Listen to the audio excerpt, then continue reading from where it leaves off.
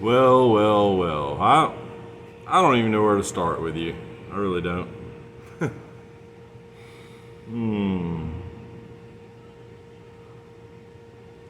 I get a text, an email, all this picture information, screenshot stuff, and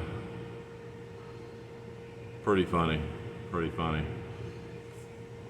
But what I can say is, I feel you're exactly where you deserve to be, lonely and alone.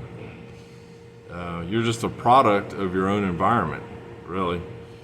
So the only reason you don't like somebody like me, or me in particular, is because I asked a question, you didn't like it, rooted on me, ran your trap, and I called you out, and then you and your little goat diddler buddy of yours decided to try to drag my wife into it. Well, that was the mistake.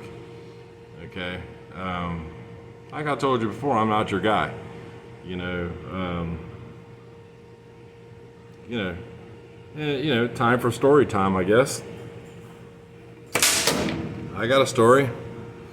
You know, I was talking to my mom on the telephone, and we were on speakerphone, and Stacy and my mom were gabbing away, and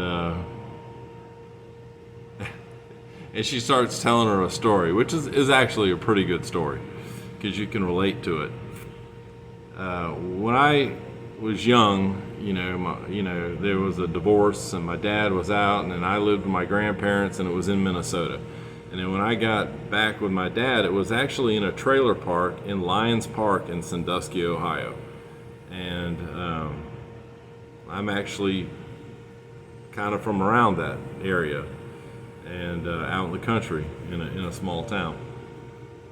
And I spent summers in Florida when we went to Australia and moved back from Australia, and I spent time in Florida. So my mom was talking about telling Stacy what a difficult child I was. Well, I mean, I was just a child, just difficult old Andy being difficult. So she's telling her a story about how kids romp around in the trailer park, and stuff ensues. Well, one of the bigger kids, twice my size, is a bully, right? So he's bullying the other kids. Well, I stomp on down there and I pick a fight with a kid. That's just how I've always been. I can't change who I am. You can't blow smoke up my ass and force me to like it. You just can't do it. I've always been that way. And that's really a story that my mom was telling Stacy. I didn't have anything to do with it. I barely remember. I don't know what happened out of that, but I've kind of always been there. And if you go through some of my records from when I was in school, preschool, and kindergarten, I still had some of that, and it's always the same kind of comment: class clown, won't shut up, always got something to say, defiant, rule break, whatever you want to call it. But I was just a difficult child, and it goes this way throughout life. I would, give somebody the shirt off my back if it's possible, but don't cross me. Don't, and I think everybody should be that way. I'm not a Superman tough guy. I'm kind of vicious, when it boils down to it. I'm going to stand my ground, and you're going to earn it, every bit of it. And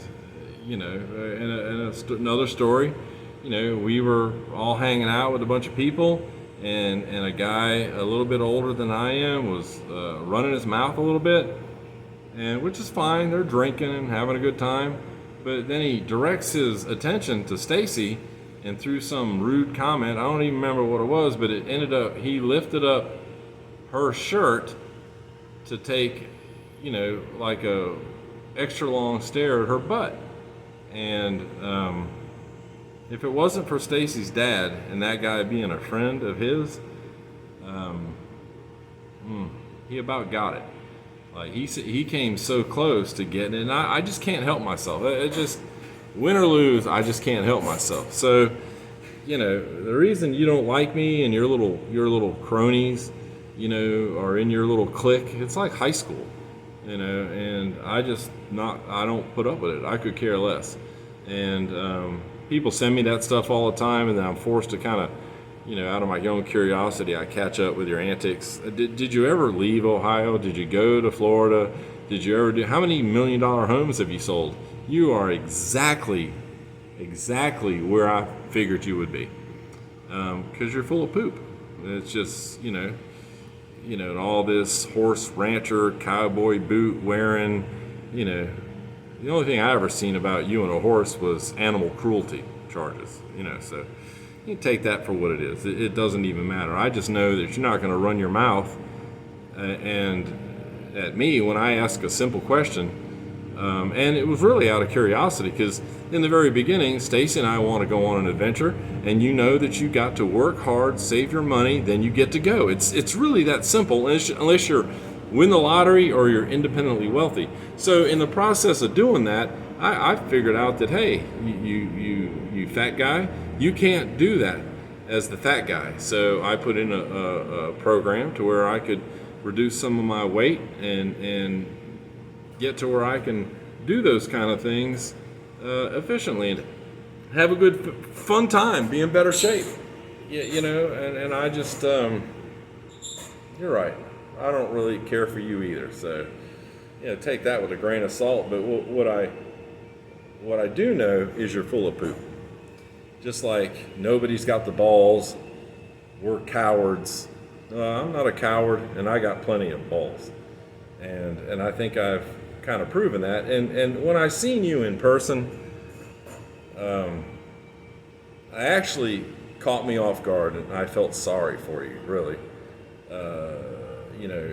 You're just like a big steaming pile of feces is what you are. And you're a con artist and a scammer, and that's who you've always been because it's easy enough to fact check you. But I live rent free in your head. That's what's classic. Rent free. Stacy and I are going on our adventure, and it's over with. What are you waving at me for? Are you waving? Say hello. My wife is flagging me down.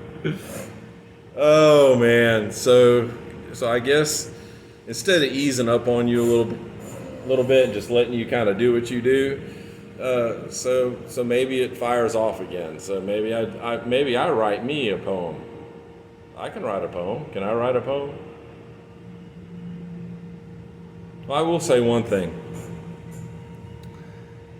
When you're drunk, it is more palatable because then you really act silly. That's entertaining. So just keep on drinking and manipulating that scale or whatever you're doing. And but good for you on your weight loss. Like you said, good for him. Good for him. Good for him. Oh, hit the likes button. It's free. It's free. Kook. Oh, and that's why I love this big fella. So proud of you. He always looking out for me, you second, me first, something like that. I'd stand in front of a bullet for you, babe. Aww. And you know that. I love you. Like when I thought those guys were robbing the Jiffy store, who showed Lord. up? Bye, guys.